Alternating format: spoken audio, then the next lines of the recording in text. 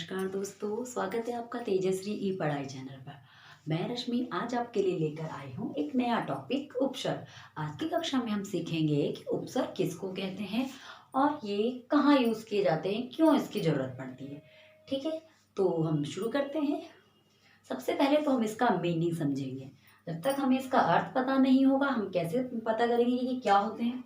तो देखिए, उपसर्ग दो शब्दों से मिलकर बना है, उप और सर्ग। अब देखिए, उप का मतलब होता है समीप, पास या निकट, कुछ भी कह सकते हैं, समीप, पास, निकट। ठीक है। और सर्ग का देखिए क्या अर्थ, सर्ग का अर्थ होता है यहाँ पे रचना या सृष्टि, सृष्टि करना या रचना करना। तो यानी उपसर्ग का यहाँ पे अर्थ क्या होगा, यानी किसी शब्द के समीप आकर एक नए शब्द की रचना करना। उपसर्ग का अर्थ है कि यानी समीप आकर रचना करना, किसकी, यानी ये क्या करते हैं, किसी शब्द के पास आकर एक नए शब्द की रचना करते हैं। ये बात अभी आपको समझ में आएगी कैसे, देखिए। और हम इसका मीनिंग ले लेते हैं इंग्लिश से भी। इसको इंग्लिश में कहते हैं प्रीफिक्स। तो यहाँ से भी हम याद कर सकते हैं, प्री मतलब पहले। देखिए, PRE, प्री मतलब होता है पहले, हम ऐसे इसको याद करने के लिए सही है। फिक्स यानी जिसको हमने पहले फिक्स कर दिया हो, फिक्स कर दिया, कहाँ, पहले फिक्स कर दिया, जिसको हमने पहले फिक्स कर दिया वो उपसर्ग हुए। कैसे, अब देखिए, उपसर्ग का मीनिंग क्लियर, यानी कि उप यानी पास और सर्ग यानी निकट। जब किसी शब्द के समीप आकर ये जो उपसर्ग है उसके पास आएगा मूल शब्द के, तो एक नया शब्द बनाएगा। अब देखिए कैसे मूल शब्द, मेरे पास एक शब्द है हार, हार को हम कहेंगे मूल शब्द। ठीक है, ये एक हमारा मेन शब्द है, इसको हम कहेंगे मूल शब्द। अब इसके आगे हम उपसर्ग लगाएंगे, उस उपसर्ग को हम पूर्व पद भी कह सकते हैं। ठीक है, और उपसर्ग, अब देखिए कैसे, अब ये है हार, ठीक है, इसके आगे मैंने लगा दिया आ, इसके आगे मैंने क्या लगा दिया, आ, तो ये क्या बना, एक नया शब्द, आहार। देखिए, अभी हमने इसकी डेफिनेशन पढ़ी थी ना, और सॉरी इसका अर्थ पढ़ा है कि उप का मतलब है पास आकर रचना करी एक नए शब्द की। तो यानी हमारा एक शब्द था हमारे पास हार, ये हमारा मूल शब्द है, और इस उपसर्ग ने इसके साथ आया, ये इसके पास आ गया, ये देखिए यहाँ पे, और एक नया शब्द बना दिया। पहले तो हार शब्द का ही अपना एक अर्थ है, हारना, यानी वो क्या होगा, पराजय। हार का अर्थ क्या होता है, पराजय, इसका अपना, इस मूल शब्द का अपना ही एक अर्थ है। ठीक है, अब इसके साथ जब ये हमारा उपसर्ग लग गया, यहाँ पे उपसर्ग जुड़ गया, तो इसने एक आहार, यानी किसको कहते हैं, आहार, भोजन, यहाँ इसने एक और नए शब्द की रचना कर दी। आ के जुड़ने से क्या बना, एक नया शब्द। तो यानी इसका अब मीनिंग आपको समझना आसान हो रहा होगा कि पास आकर, समीप आकर रचना कर दी एक नए शब्द की इसने। देखो ये आ है ना उपसर्ग, यहाँ उपसर्ग क्या हुआ, एक ये आ। अब ऐसे और भी हम ले लेते हैं हार, अब यहाँ पे हम हार ही रखेंगे, और हमने एक उपसर्ग और ले लिया प्र। अब देखिए उससे क्या बनता है शब्द, प्रहार। इस हार का अपना मीनिंग है, लेकिन प्र उपसर्ग लगने से यहाँ क्या बन गया, प्रहार, यानी चोट पहुंचाना किसी को, प्रहार करना किसी पे, है ना। इसका अपना एक अलग मीनिंग निकल गया, इसका अर्थ बदल गया, इसके लगने से एक नए शब्द की रचना हो रही है। यानी उपसर्गों के लगने से क्या होता है, अगर हमने मूल शब्द में उपसर्ग लगाया है तो वहां क्या हो रहा है, और एक नया शब्द बन रहा है, एक सृष्टि, ये एक सृष्टि कर रहा है या एक रचना कर रहा है, बना रहा है, क्या बना रहा है, एक नया शब्द। और इसी हार में अगर एक और उपसर्ग लगा दिया जाए, परि, तो क्या बन जाता है, परिहार। परिहार मतलब क्या होता है, त्यागना भाई, सेक्रीफाइस करना, है ना। तो देखिए, परि उपसर्ग लगने से, हार एक ही शब्द है, इसमें इतने सारे उपसर्ग लगने से अलग अलग नए शब्द मिल रहे हैं हमें। जितने भी हम उपसर्ग लगा रहे हैं उतने ही नए शब्द बन रहे हैं। और देख लीजिए इसमें, अब हमने एक और उसमें उपसर्ग लगा दिया, संग। अब इससे क्या बनाया इसने, संहार, संहार करना, किस, क्या करना, संहार करना, यानी मारना। ठीक है, अब एक और लगा देते हैं हम यहाँ पे वी, वी से क्या बन रहा है, विहार। विहार किसको कहते हैं, ये बिहार वाला विहार नहीं है, वो ब होता है, ये व है। विहार यानी घूमना, विचरण करना, है ना, घूमने वाला। तो देखिए ये उपसर्ग है सारे, ठीक है। जब उपसर्ग मूल शब्द में जुड़ता है तो एक नए शब्द की रचना करता है। तो उपसर्ग से बनने वाले जो ये शब्द होते हैं इनको हम क्या कहते हैं, यौगिक शब्द भी कहते हैं इनको, ठीक है। हम शब्दों के जब रूप पढ़ते हैं तो शब्द 3 प्रकार के होते हैं रचना के आधार पर, ठीक है। तो वहां हम पढ़ते हैं कि शब्द कौन कौन से होते हैं, रूढ़, ठीक है, यौगिक और योग रूढ़, ठीक है। ये होते हैं शब्द जब हम पढ़ते हैं शब्द के भेद, ठीक है। तो वहां पे रचना के आधार पर होता है जो, ठीक है, रचना के आधार पर। देखो ना यहाँ भी तो रचना हो रही है, ये भाई ये उपसर्ग क्या कर रहा है, एक शब्द में मिलकर, मूल शब्द में मिलकर एक नया शब्द का निर्माण कर रहा है। तो रचना के आधार पर रूढ़, यौगिक और योग रूढ़ 3 शब्द जो होते हैं 3 प्रकार के। तो ये जो उपसर्ग से बनने वाले शब्द है इनको यौगिक शब्द भी कहते हैं। उपसर्ग आगे हम पढ़ेंगे प्रत्यय, ठीक है। तो प्रत्यय और उपसर्गों से जितने भी शब्द बनते हैं उनको हम यौगिक शब्द भी कहते हैं, तो ये भी याद रखना है। अब इतना तो समझ में आ गया ना उपसर्ग क्या होता है। ये जो एग्जाम्पल दी इसलिए कि उपसर्ग का अर्थ क्या होता है, क्यों शब्दों में लगाया जाता है। उपसर्ग से क्या होता है, नए शब्दों का निर्माण करने के लिए या नए शब्दों की रचना करने के लिए। यानी किसी शब्द के समीप आकर, इसका अर्थ हम ऐसे याद रख सकते हैं, किसी शब्द के समीप आकर नए शब्द की रचना करना, नए शब्द की रचना करना, ये क्या कहलाया, ये इस उपसर्ग का अर्थ है, ठीक है। कि वो किसी शब्द के पास आया और उसके नए शब्द की एक उसने वहां पे रचना कर लिया, एक नया शब्द बना दिया। तो अब ये उपसर्ग क्या करते हैं, शब्दों के निर्माण में, शब्द रचना में हमारी मदद करते हैं। और इनको क्या कहते हैं, शब्दांश कहते हैं इनको, ठीक है। तो नोट कर लेंगे हम, ये पॉइंट नोट करने वाले हैं कि ये उपसर्ग क्या होते हैं, शब्दांश होते हैं, शब्दों के कुछ अंश है। देखा ना अभी आपने, वी, प्र, अति, ठीक है। तो पहला पॉइंट नोट करने लायक है कि सब ये उपसर्ग क्या होते हैं, शब्दांश होते हैं, ठीक है। दूसरी बात, शब्द की रचना करते हैं, शब्द रचना में मदद करते हैं। क्या काम है इनका, शब्द रचना में मदद करते हैं, ठीक है। क्या करते हैं ये उपसर्ग, ये शब्दों के अंश होते हैं यानी शब्दांश होते हैं, और शब्द रचना में हमारी क्या करते हैं, मदद करते हैं ये उपसर्ग। और कहाँ लगते हैं, ये सबसे याद रखना है, शब्द के पहले लगते हैं। ये कहाँ लगते हैं, शब्द के, बस कुछ 3-4 ही बातें हैं जो इसमें याद रखनी है, शब्द के पहले लगते हैं। अभी मैंने बताया ना, सबसे याद क्या रखना है इसको, पहले लगते हैं। और वो हम यहाँ से याद कर सकते हैं प्रीफिक्स से, प्री मतलब पहले, फिक्स कर दिया, किसी भी शब्द के पहले उसको फिक्स कर दो वो उपसर्ग होगा, ठीक है। तो ये प्रीफिक्स से हम इसको याद कर सकते हैं कि ये शब्द के पहले लगते हैं, ठीक। और क्या करते हैं, एक और चीज ही मैंने बताई थी कि उसके अर्थ में परिवर्तन ला देते हैं, यानी अर्थ में बदलाव, या अर्थ में बदलाव लाते हैं, या लिख देते हैं अर्थ को बदलते हैं।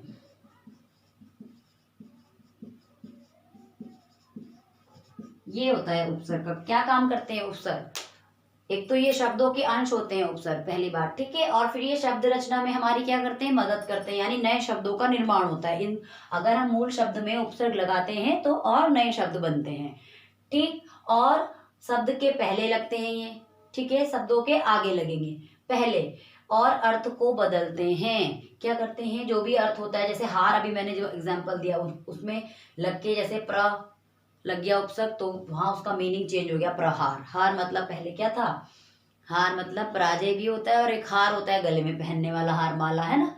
तो वहां पे जब प्रस लग गया तो क्या बन गया, प्रहार यानी चोट। तो कितना अंतर है अर्थ में। तो ये क्या करते हैं, अर्थ को बदल देते हैं। कौन बदलते हैं अर्थ को, हाँ जी, उपसर्ग, ठीक है। ये तो हो गया उपसर्ग के बारे में कुछ पॉइंट। अब देखिए इसकी परिभाषा, अर्थ भी आपको समझ में आ गया होगा। अब हम लिखते हैं इसकी परिभाषा, परिभाषा भी यहीं से बनाएंगे। यह वह शब्दांश होते हैं, उपसर्ग जो है वो शब्दांश होते हैं, वो शब्दांश होते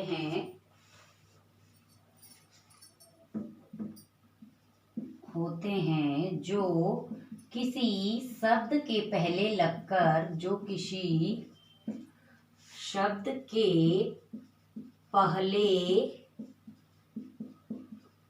लगकर जो किसी शब्द के पहले लगकर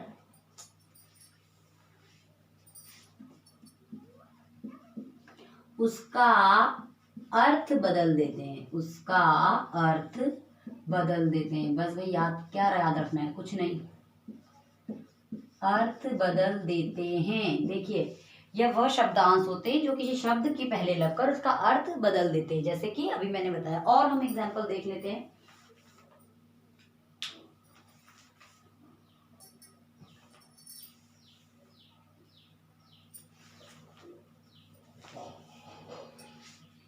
देखिए जैसे हमारे पास है एक शब्द है वृद्धि,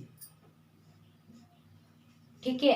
हमारा मूल शब्द क्या है? वृद्धि। अब हमने इसमें क्या लगाया? उपसर्ग अति वृद्धि। अति का क्या अर्थ होता है? अति का अर्थ होता है यानी कि अधिक, अधिवृद्धि। अब अति वृद्धि अगर इस वृद्धि में लगा दिया जाए तो क्या होगा? यानी कि इतनी ज्यादा वृद्धि, अनलिमिटेड, सीमा से परे, अति वृद्धि हो गई। वृद्धि का मतलब तो होता है अधिक, है ना। और अति का मतलब क्या होता है? सीमा से परे, बहुत ज्यादा, ठीक है। अधिक तो हो जाएगा अति वृद्धि, ठीक। आप देखिए और कुछ और हम एग्जांपल देख लेते हैं।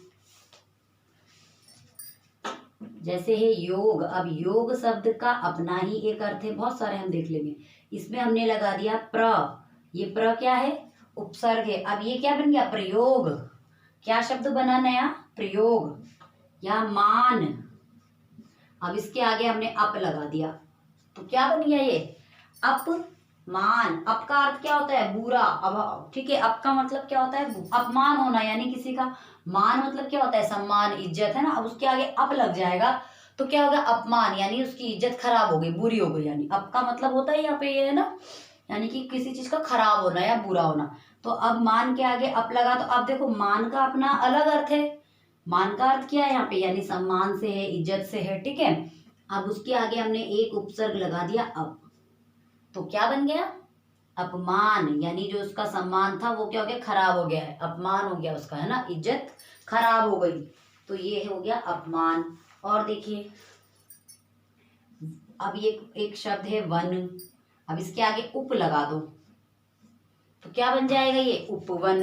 उपवन होता है ना, हाँ, ये बन गया हमारा उपवन।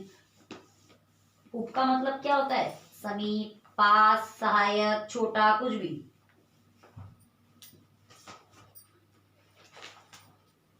और देख लेते हैं। देश है, एक मूल शब्द है हमारा देश। इसके आगे हमने लगा दिया वी, क्या बन गया? विदेश। तो वी भी क्या है? इसमें उपसर्ग है, ठीक है। और देखते हैं और क्या क्या होते हैं। अनजान भी होता है, अनजान। अन भी क्या है? उपसर्ग है। जान यहाँ पे क्या है? मूल शब्द है। अनजान, इसमें उपसर्ग क्या है? अन, इसमें उपसर्ग है। और उपसर्ग कौन कौन से होते हैं? देखिए हिंदी में उपसर्ग जो है, संस्कृत में, संस्कृत के जो उपसर्ग होते हैं वो 22 होते हैं। कहीं कहीं पर क्या दिया जाता है? 21 भी दिया जाता है, याद कर सकते हैं, ठीक है। संस्कृत के उपसर्ग कितने होते हैं? 22 होते हैं। कहीं कहीं पे इसको 21 भी दिया जाता है। और हिंदी के जो उपसर्ग होते हैं वो कितने होते हैं? 12 होते हैं। कहीं कहीं पे ये 13 दिए हुए रहते हैं कि 13 होते हैं, ठीक है। और होते हैं उर्दू, फारसी, उर्दू, फारसी, ये 19 उपसर्ग ये होते हैं जो उर्दू, अरबी, फारसी भाषा के होते हैं, ठीक है। फारसी, उर्दू, अरबी भी आ जाएगी इसमें। और अंग्रेजी के भी कुछ उपसर्ग होते हैं, ठीक है। अलग अलग सबके उपसर्ग होते हैं, ठीक है। अब अंग्रेजी के उपसर्ग कैसे होंगे भाई? जैसे आप लोगों ने पढ़ा होगा ना, हाफ लिखते हैं हम लोग, हाफ पैंट, हाफ कमीज। तो देखिए ये जो हाफ लगा हुआ है ये अंग्रेजी का ही उपसर्ग है। हाफ का मतलब क्या होता है? आधा, यानी आधी पैंट, आधा कमीज। कहते हैं ना हाफ रेट, हाफ रेट। तो ये हाफ जो है वो इंग्लिश का है। यह सुना होगा, हम बोलते हैं हेड मास्टर, ठीक है। अब मास्टर के आगे हेड लग गया तो ये हेड क्या है? ये एक उपसर्ग है, ठीक है। हेड, इसका मतलब क्या होता है? मुख्य, यानी हेड मास्टर या हेड कांस्टेबल, है ना। तो इसका मतलब क्या होता है? मुख्य। और होते हैं इंग्लिश के, जैसे सुना होगा सब इंस्पेक्टर, है ना। तो वो सब भी क्या है? एक उपसर्ग है। तो ये तो हो गया उपसर्ग। अभी हम और उदाहरण देखेंगे और उससे समझेंगे कि उपसर्ग क्यों जरूरी है, और एग्जाम्पल लेते हैं अभी। तो चलिए अब हम कुछ उदाहरण देखते हैं और उससे हमारा उपसर्ग और आसान हो जाएगा इसको समझ। सबसे पहले तो मैंने बताया कि उपसर्ग से हम क्या करते हैं? शब्द रचना करते हैं, ठीक है। और इनकी सहायता से शब्द बनते हैं। बात सिर्फ ये याद रखनी है कि उपसर्ग शब्द रचना करते हैं और इनकी सहायता से शब्द बनते हैं, जिन्हें हम यौगिक शब्द कहते हैं, ठीक है। अब देखो,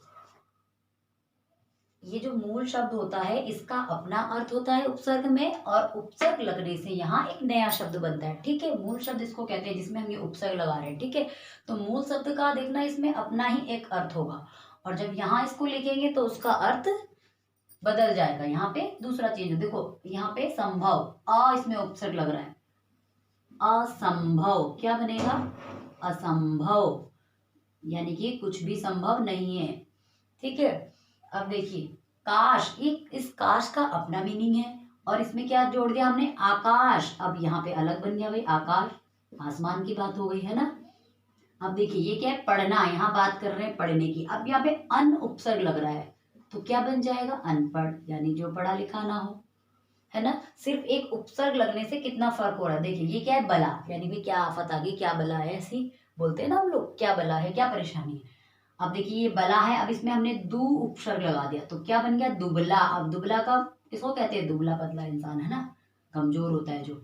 अब देखिए हरण, हरण का अपना मीनिंग है, ठीक है। अब हमने अप इसमें उपसर्ग लगा दिया, अपहरण, क्या हो गया ये? अपहरण।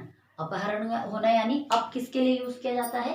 अब का मतलब ही यहाँ पर होता है कि बुरा, अभाव, यानी उसके विपरीत। यानी कि हरण कैसा हो रहा है? बुरा हो रहा है, किसी की चोरी कर ली, अपहरण कर लिया, किसी को किडनैप कर लिया, है ना।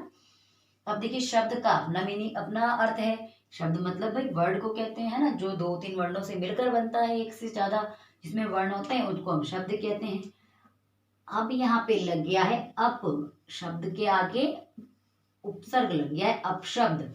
अब इस अपने, अभी मैंने बताया अप का मतलब ही क्या होता है? बुरा, खराब, है।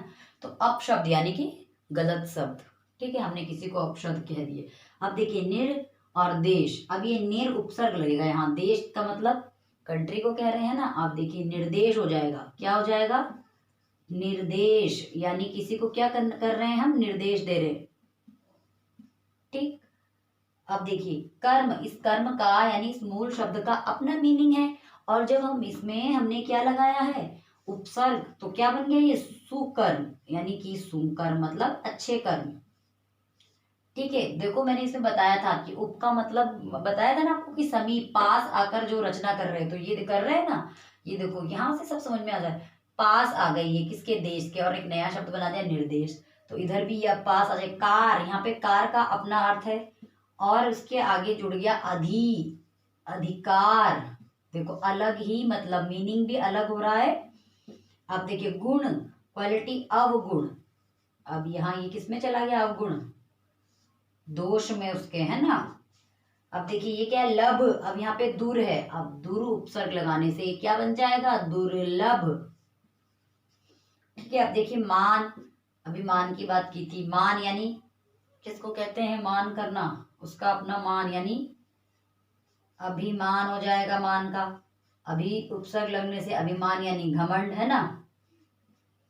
अब देखिए चरण है, अपना मीनिंग है, इसका मतलब है पैर, और कहाँ आचरण हो जाएगा यानी व्यवहार, कहाँ मीनिंग रह गया इसका? पैर, और आ लगने से कितना अलग हो जा रहा है उसका मीनिंग, एकदम चेंज हो रहा है, यानी आचरण। तो यही हमारा होता है कि मूल शब्द के आगे से उपसर्ग, प्रीफिक्स मैंने बताया था कि पहले से फिक्स कर दिया, याद रखने में आसानी होगी। कि उपसर्ग कई बार कंफ्यूजन होता है कि उपसर्ग और प्रत्यय में भूल जाते हैं कि पहले कौन सा वाला लगता है और बाद में कौन सा वाला लगता है। तो प्रीफिक्स से हम याद रख सकते हैं इसको कि पहले उपसर्ग भाई पहले लगता है शब्दों के, और शब्द रचना करते हैं। उसके बाद देखो पहले आया यहाँ पे, इसके पास में बैठ गया, समीप आकर एक नया शब्द बना दिया। तो ये थे हमारी उपसर्ग की क्लास।